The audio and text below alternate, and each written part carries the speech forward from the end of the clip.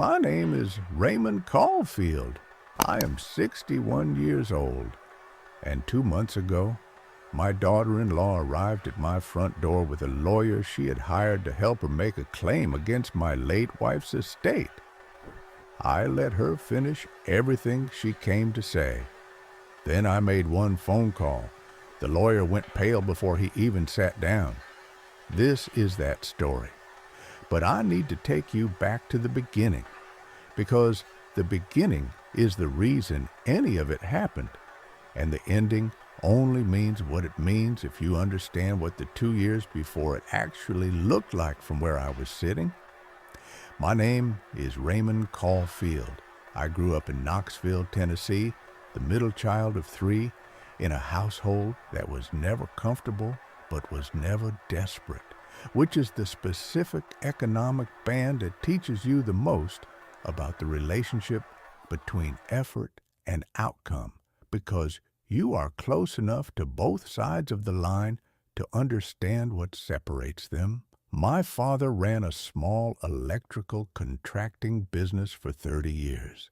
My mother taught second grade for 26 years and was the kind of teacher who sent cards to former students when she heard they had gotten married or had a child, because she understood that teaching was not a transaction, but a relationship, and relationships did not end at the classroom door. I studied accounting at the University of Tennessee. Not glamorous, not the subject of anyone's passionate calling, but precise and useful in the way I have always valued precision and usefulness over passion and spectacle.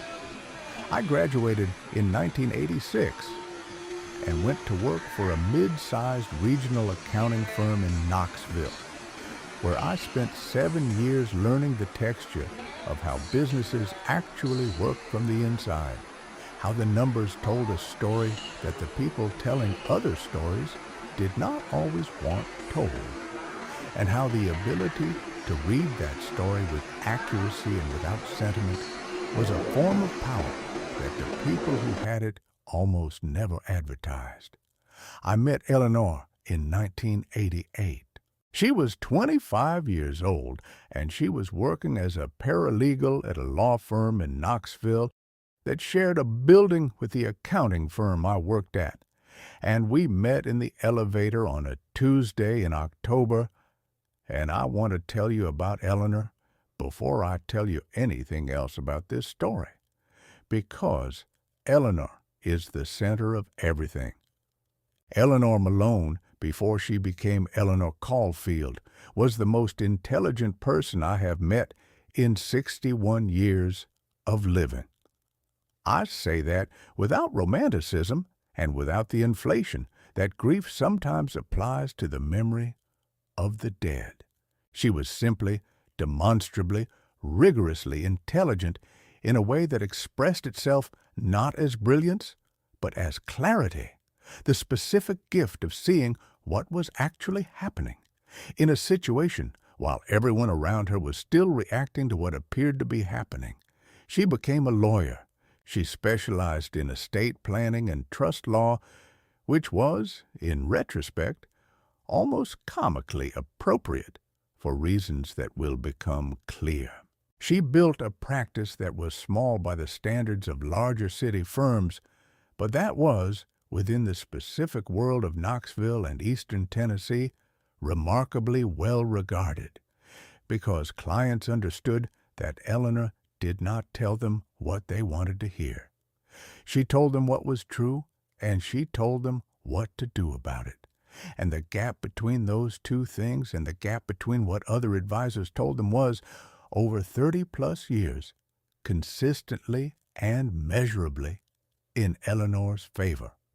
We were married in 1991.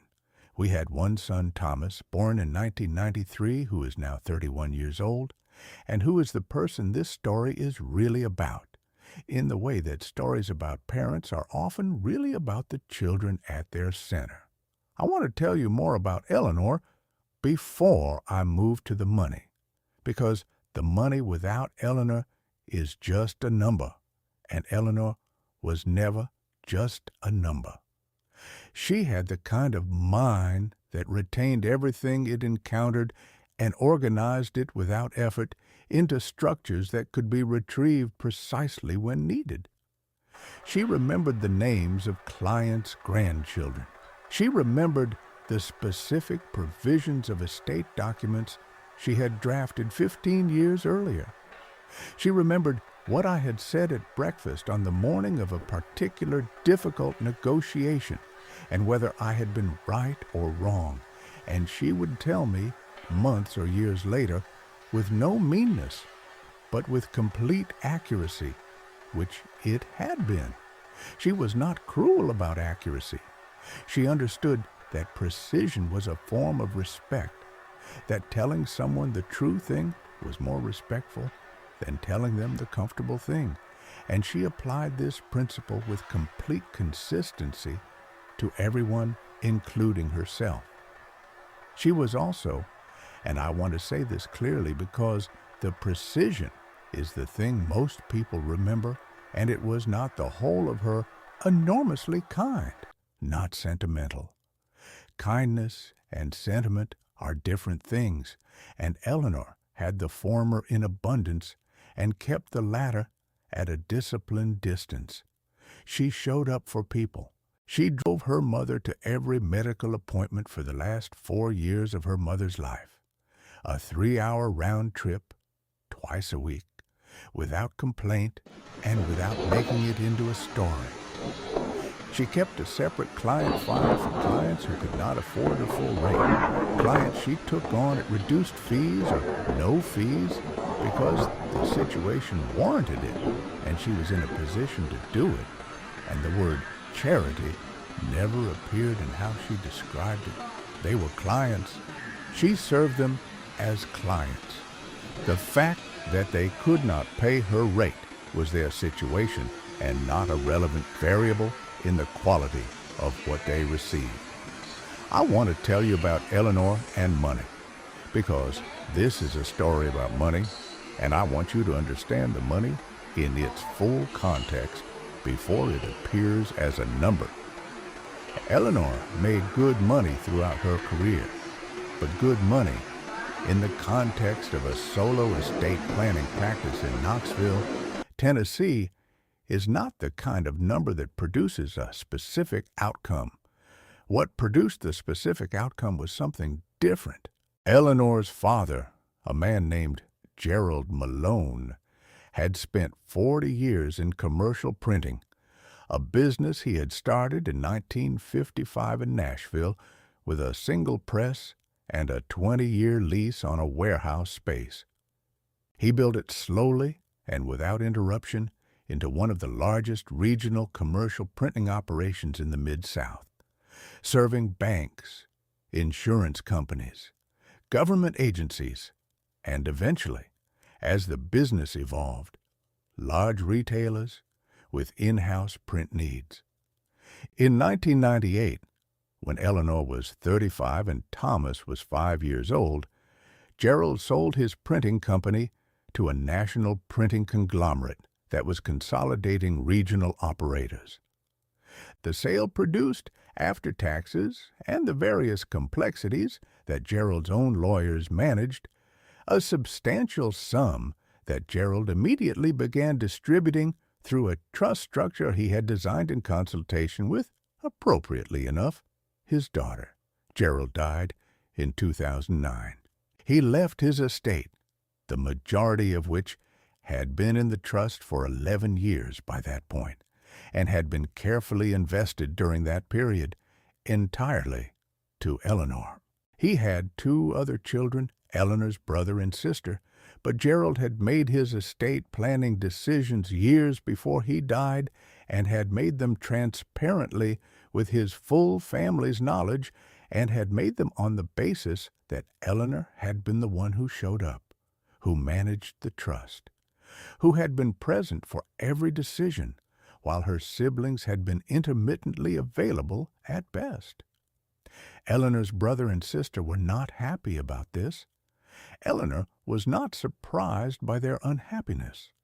She had anticipated it with the precision she brought to everything, had structured the documents accordingly.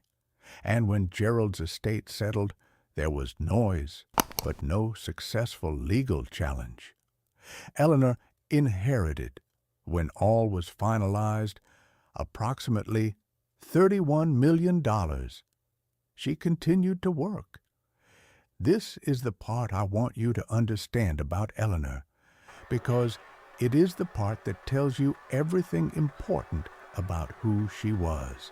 She had $31 million, and she continued to go to her office 5 days a week and advise clients on estate planning and trust structures, not because she needed the income, but because the work was what she was, and the money was a tool she had been given to manage, not a license to stop. She invested carefully, not aggressively. She made decisions about the portfolio with the same quiet precision she brought to her clients' situations, because she understood money the way people understand things they have studied from the inside, and she understood that what you did not do with money was often more important than what you did. By the time Eleanor was diagnosed with ovarian cancer in 2018, at the age of 55, her estate had grown from $31 million to approximately $47 million. 7 years of careful management, disciplined reinvestment, and the specific advantage of a woman who understood exactly what she owned and why. The diagnosis was stage 2, which was better than stage 3 but not good, and Eleanor responded to it with the exact same temperament she brought to everything else, which is to say, she gathered the information, assessed the options, chose the best available course of action, and proceeded without drama. She went through surgery and treatment while continuing to work, reduced to 3 days a week during the most difficult stretches, but not stopping entirely, because stopping entirely was not something Eleanor's personality structure had a file for. She died in the spring of 2021 at 58 years old, 28 months after the diagnosis. I was with her. Thomas was with her. Her brother and sister were not, which was not surprising, and which Eleanor had anticipated with characteristic accuracy, having noted in the months before she died that her siblings' absence during her illness told the same story their absence during their father's decline had told, and that consistency of character was one of life's more reliable features. I want to tell you about the 2 years of Thomas's marriage before I tell you about the door and the lawyer, because those 2 years are the whole story. Thomas met his wife, a woman named Serena, 2 years before Eleanor died. They were together for 3 years before they married, and Eleanor met Serena during the first of those 3 years, and Eleanor's assessment of Serena was, characteristically, precise and delivered to me in private with the directness she applied to everything. She said, "Serena is intelligent and organized, and she makes Thomas happy, which are the 3 things I most need to be true." She also said, "I think Serena is someone who understands the value of things before she understands the things themselves." She said it without judgment, as an observation, the way she observed everything. She said, "I do not think that makes her a bad person.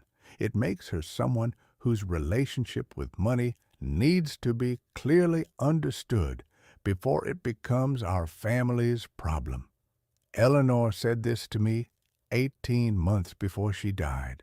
Then she spent those 18 months finalizing an estate plan that was, as I later learned from the attorneys who administered it, among the most precisely engineered they had encountered in a combined 40 years of estate law. I did not discuss the specifics of Eleanor's estate with Thomas, not before her death and not after. This was not an accident. It was a deliberate decision that Eleanor and I made together in one of the last conversations we had about the estate.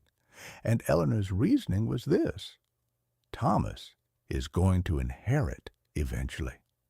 What he inherits should come to him as the result of our relationship and our work, not as a fact about his romantic life.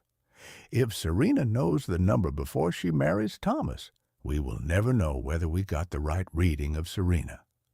I understood what she meant. I agreed with it, and I kept my agreement with Eleanor, as I have kept every significant agreement I made with her after she was gone.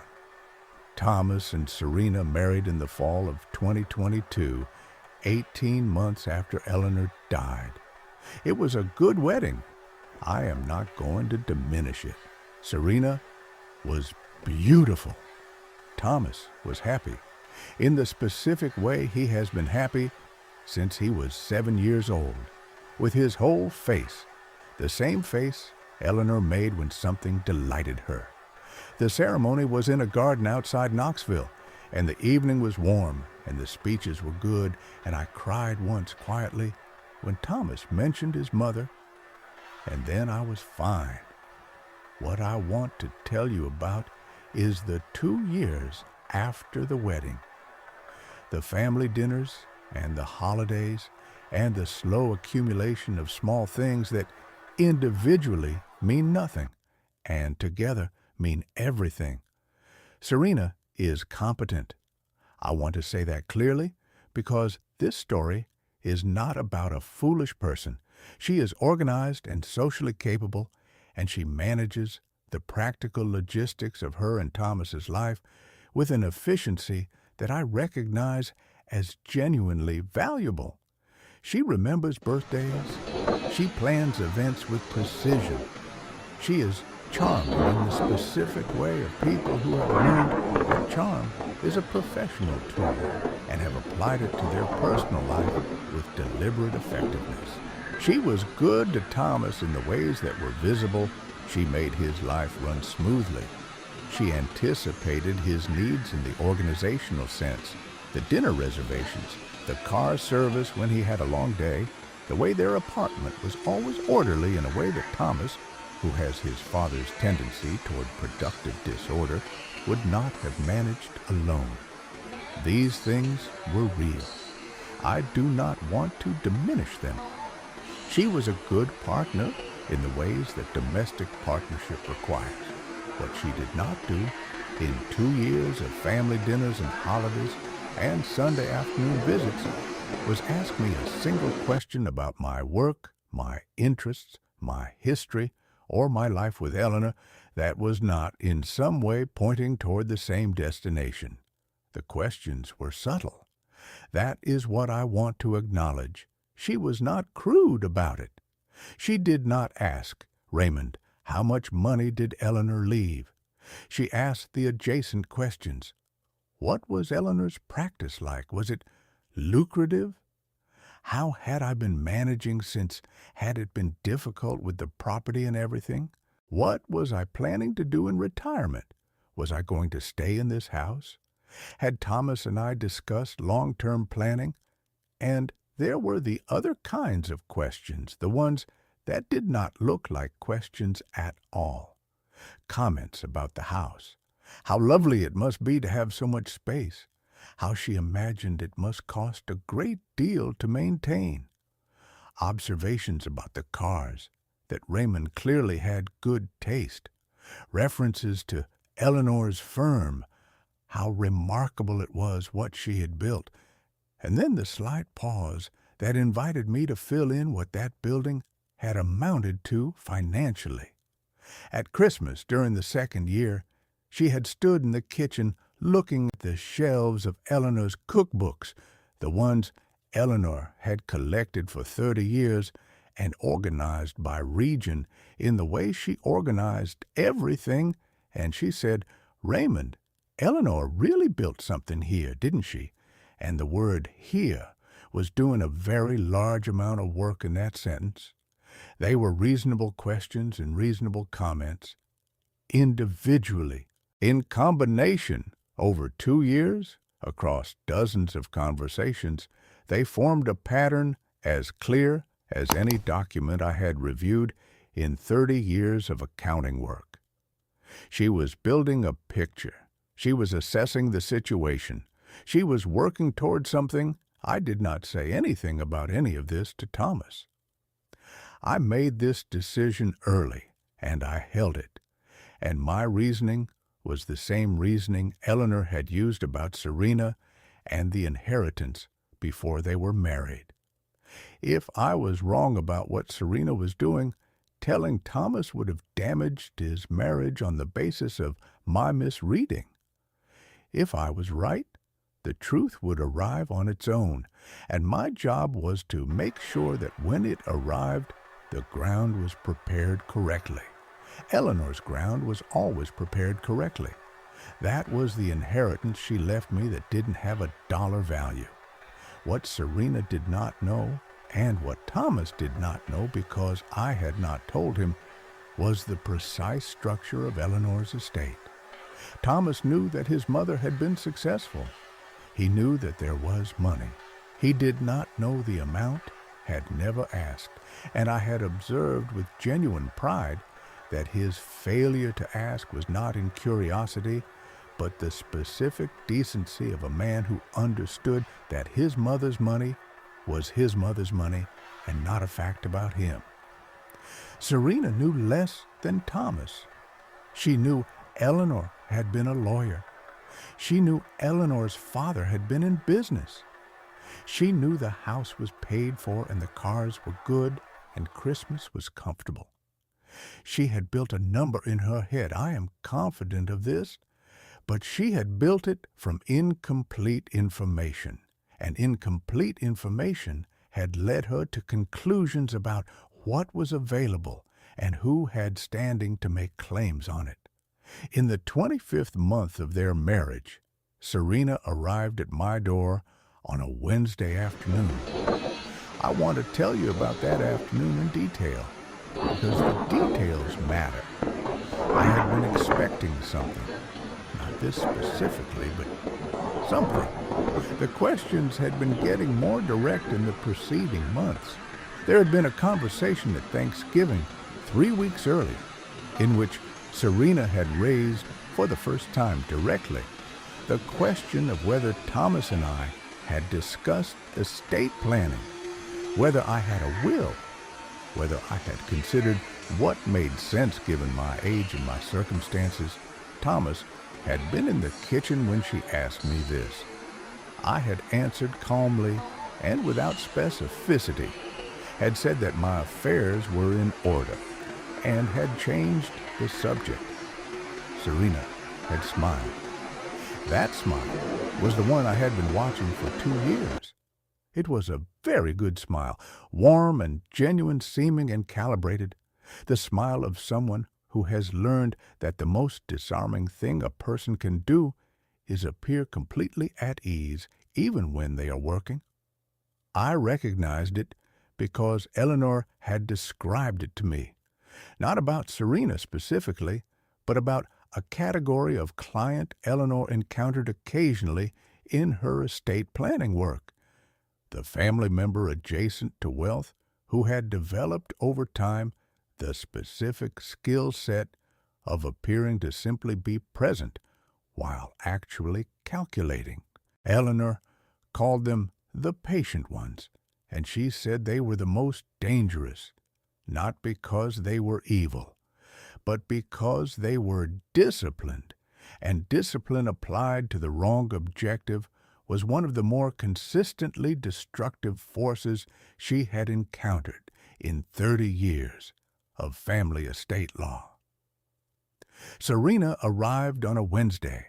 She had driven herself. The lawyer was in a separate car and arrived approximately 2 minutes after she did. I watched both cars from the window of my study before I went to the door. The lawyer's name was Marcus Webb. I did not know him personally, but I knew the firm, a small civil litigation practice in Knoxville that had built a modest reputation for family disputes, specifically disputes involving inheritance, and estate assets. Marcus Webb was approximately 40 years old, well-dressed in the specific way of a lawyer who wants to be taken seriously but is not yet established enough to take seriousness for granted. He carried a leather briefcase. He had the look of a man who had been told this meeting was going to go well. I opened the door before they knocked. I find it is useful to open doors before people knock. It recalibrates the situation slightly in a way that is difficult to name precisely, but that I have observed produces a specific adjustment in the posture of whoever was preparing to knock. Serena said, "Raymond." She said it with the warmth she always used with me. I appreciate that she never dropped the warmth.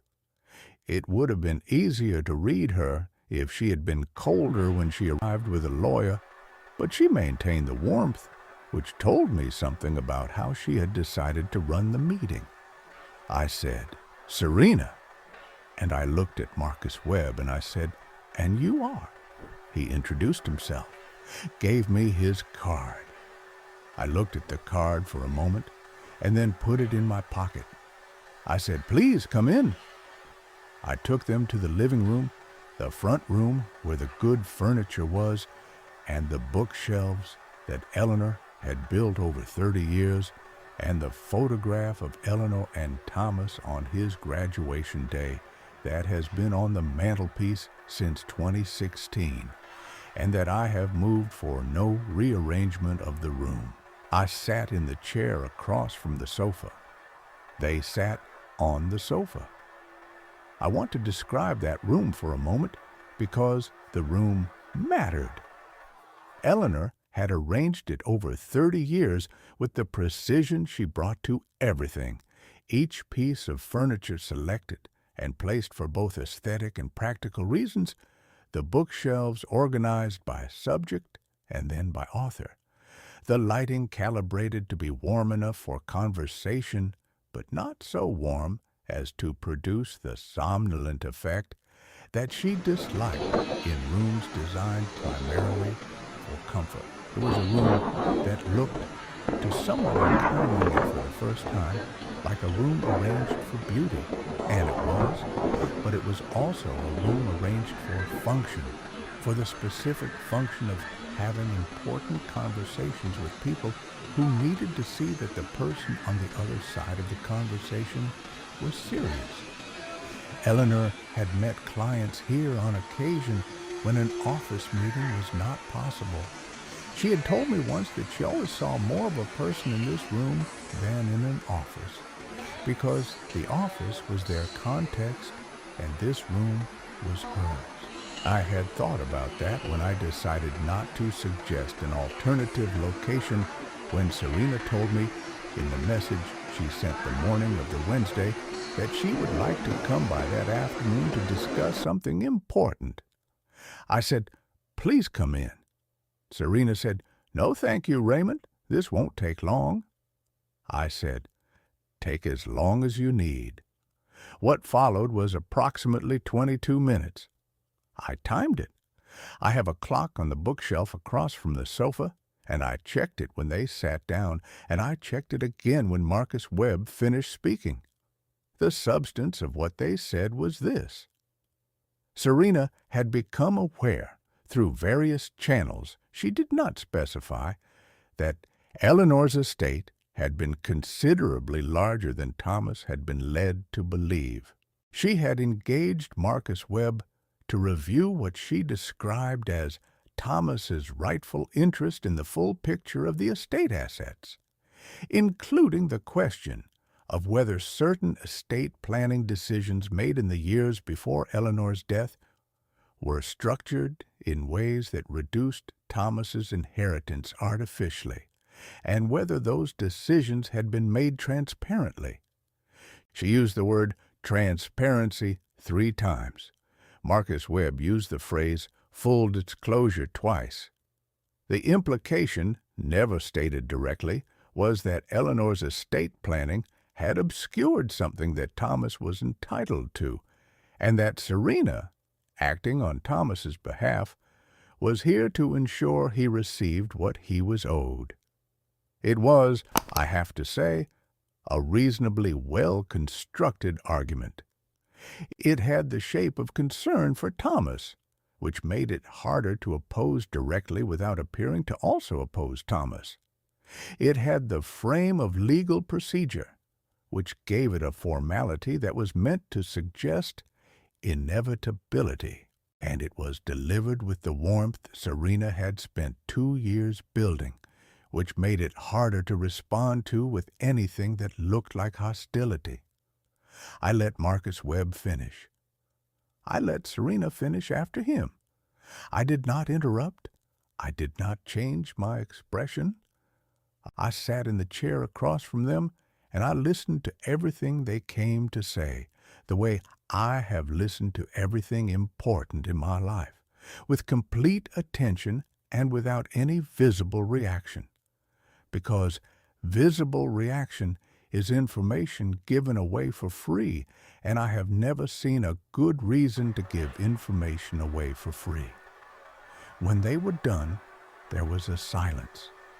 Serena said, "Raymond, I hope you understand we're doing this for Thomas." I said, "I understand what you've said." I stood up. I walked to my desk, which was in the corner of the room. I picked up my phone. I said, "I'm going to make one phone call. I'd like you to wait." Serena looked at Marcus Webb. Marcus Webb looked at his briefcase in the specific way of a man recalibrating. I dialed. It rang twice. The person who answered was a man named Howard Gaines. Howard Gaines had been Eleanor's attorney for the last 14 years of her life and had administered her estate and was, at 71 years old, one of the 2 or 3 people in Knoxville who understood every detail of what Eleanor had built and how she had built it and why it was built that way. I said, "Howard, I have Eleanor's daughter-in-law with me and an attorney named Marcus Webb from the firm I'm going to name right now, and they're here to discuss Thomas's inheritance and Eleanor's estate planning decisions, and I think you should talk to Mr. Webb directly." I handed the phone to Marcus Webb. I watched his face. Howard Gaines is 71 years old, and he has been practicing estate law for 43 years, and he has in that time developed the specific quality of someone who has seen every version of the argument that was about to be made, has defeated every version of the argument that was about to be made, and is capable of communicating this fact in approximately 90 seconds in a way that leaves the recipient with a complete and accurate understanding of their situation. I want to tell you what Howard told Marcus Webb, not in full detail, because the legal specifics are Eleanor's and Howard's to hold, but in sufficient outline to explain what Marcus Webb's face was doing while he listened. Eleanor had structured her estate through a series of trusts established over a 10-year period between 2011 and 2021. The trusts were domestic and irrevocable, funded with assets that had been transferred into them carefully and consistently over the decade. The net result of this structure was that Eleanor's estate, for the purposes of any claim made by a spouse of a beneficiary, consisted not of $47 million in assessable assets, but of a precisely defined set of distributions to Thomas across a specific timeline, structured in a manner that placed them categorically outside the reach of any spousal claim in the jurisdiction of Tennessee, or, Howard had taken care to ensure, any other jurisdiction in which Thomas might subsequently reside. Eleanor had anticipated this the way she anticipated everything. She had sat with Howard in 2019 and walked through every possible legal argument that a creative attorney might make, and she had closed each one systematically, not out of hostility to Serena specifically.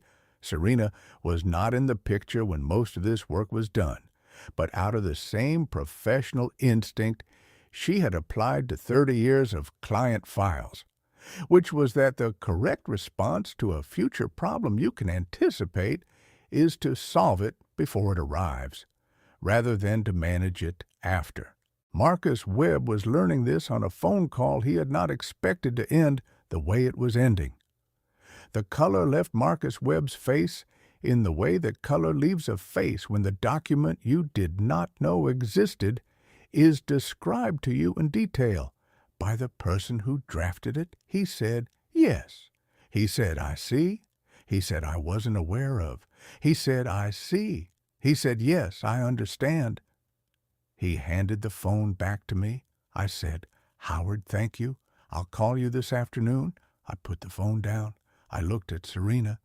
The warmth was still on her face, but there was something different behind it now, something that was working very hard to hold the warmth in place against the weight of what Marcus Webb's expression was communicating to her. She said, Raymond. I said, Serena, I want to tell you something, and I want to tell you once, clearly, and then I want to take you to the kitchen and make you a cup of coffee, because I think you could use one, and because what I am about to say is not a punishment, and I need you to hear it that way. She was quiet. I said, Eleanor knew. I want you to understand that. Eleanor knew everything she built, and she built it the way she built it for reasons that she thought through more carefully than most people think through anything. Thomas's inheritance is not what you believe it is, and it is not what it is because of an accident or an oversight or a decision that was made in the dark. It is what it is because Eleanor was the most precise person I have ever known, and she understood exactly who would be sitting across from a lawyer in a living room someday, and she prepared for that person the same way she prepared for every contingency in 30 years of estate law. Serena said, What does that mean? I said, It means that Howard Gaines just told Marcus Webb what Eleanor's estate actually contains and what Thomas actually inherits, and why every decision Eleanor made in the last 4 years of her life is documented and transparent and legally unassailable. It means there is no claim to make. It means that if a claim were made, it would be resolved in approximately the same amount of time it took Howard to explain the situation to your attorney just now. Marcus Webb had closed his briefcase. He did this quietly, without drama. The specific efficiency of a man who has understood that the meeting is over and that the fastest path to his car is the dignified one. He said, Mrs. Caulfield, I think we should discuss this further before... Serena said, Marcus, give me a minute. He nodded and stood, and I showed him to the hallway, and he waited there.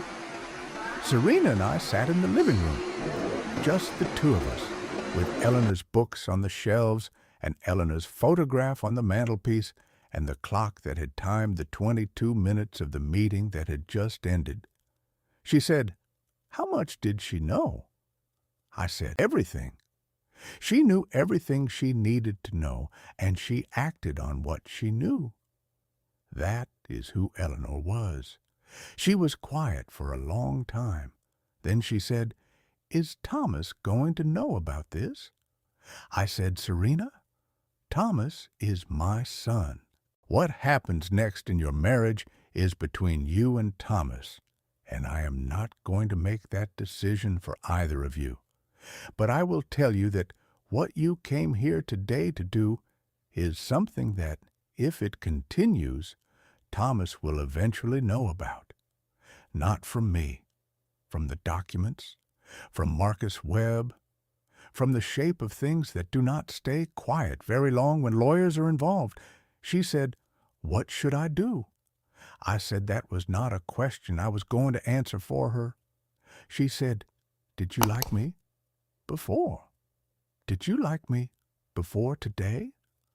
I thought about that question carefully because it deserved a careful answer. I said, "I thought you were exactly what Eleanor said you were, intelligent and organized, and someone who made Thomas happy. And I thought you were someone who understood the value of things before you understood the things themselves." Eleanor said that too. She said it was not a verdict. It was an observation. Serena was quiet for a moment. Then she said, "That's the most precise thing anyone has ever said about me." I said, "Eleanor was a very precise person. She left 15 minutes later. Marcus Webb's car was already gone when I walked her to the door. That was 2 months ago. Thomas and Serena are still married." I want to be clear about that because I know this kind of story is often expected to end with a separation or a revelation or some dramatic family rupture, and I will not tell you that none of that is possible. But I will tell you that as of today, 2 months later, Thomas and Serena are still married, and Thomas has not called me about any of what happened, and I have not called him. Serena called me 3 weeks after that Wednesday. She called on a Sunday morning, which I noted because Sunday mornings had always been when Eleanor made her important calls, and I wondered whether Serena knew that or whether it was a coincidence, and I decided it did not matter. She said, "Raymond, I want to say something." I said, "I'm listening." She said, "I think I misunderstood what kind of family I married into. I think I brought assumptions to this that I should have questioned earlier.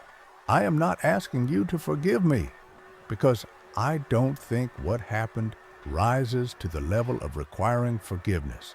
It was a bad decision, and I know it was a bad decision. But I want you to know that I understand what I did, and I understand why I was wrong. Not just strategically, actually wrong." I said, "I appreciate that." She said, "Do you think Eleanor would have—" She stopped. I said, "Eleanor would have given you a very clear and probably uncomfortable assessment of exactly where your thinking went wrong and what to do about it.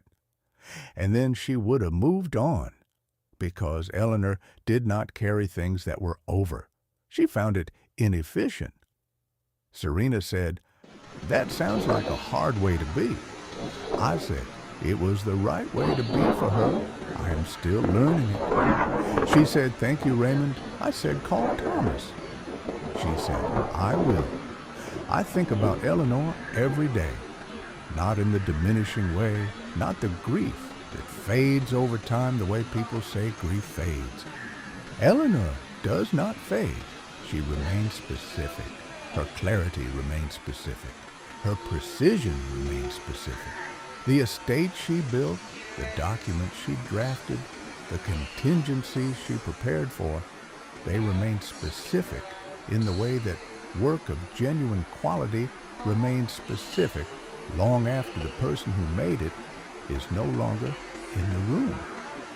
She prepared for the meeting that happened in my living room 2 months ago. She prepared for it in 2019, 2 years before she died, when she sat with Howard Gaines and refined the structures that she had been building since her father's estate settled, and she prepared for it not with malice, but with the same patient accuracy she brought to every client file she ever opened.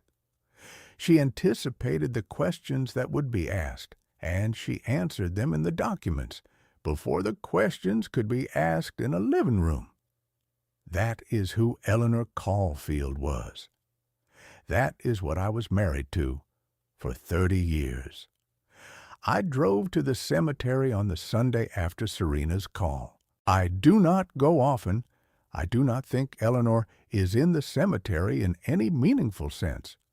But I went that Sunday because I wanted to say out loud that the thing had happened and had been handled, and that the handling had been hers, not mine. I had only made a phone call.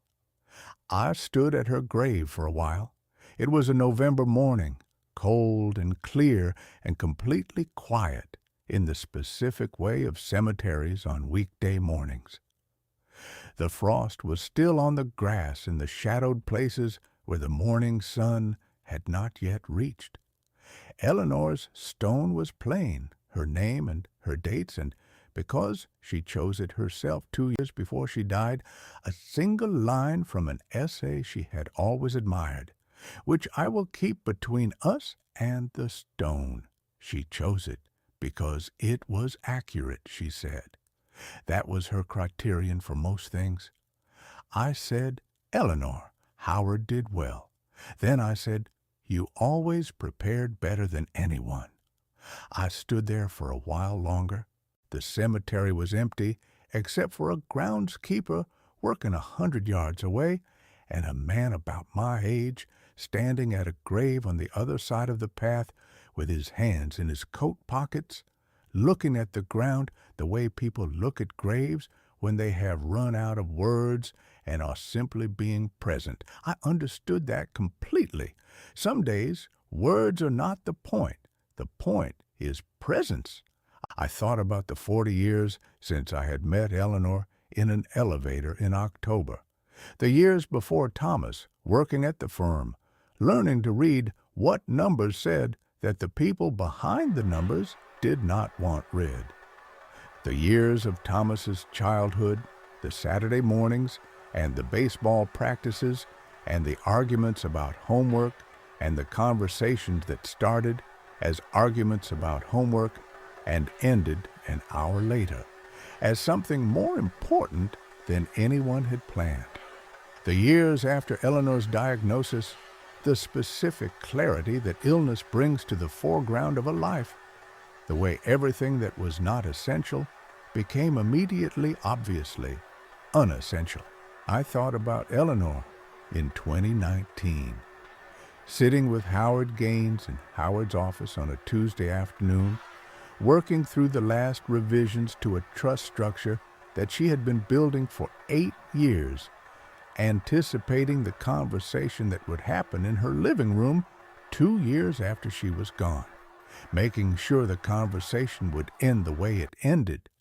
That is a specific kind of love, not the kind that announces itself, the kind that works in documents and legal structures and irrevocable trust provisions, the kind that shows up not as warmth in a room, but as a wall that was built before the storm arrived, so quietly and so precisely that the storm does not even know it was anticipated.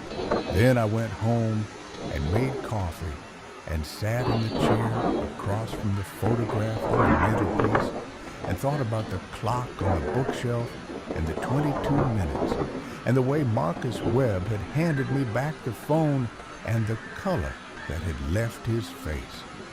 And I thought about Eleanor knowing all of it, arranging all of it, finishing the work completely, even from the other side of an illness that would have stopped most people from working at all. I did not feel triumphant. That is what I want to leave you with, because I know this kind of story is supposed to produce triumph. The satisfaction of the opposing party's plan failing in a specific and visible way. I did not feel triumphant. I felt, standing in the cemetery on a November morning, something that I can only describe as accompanied.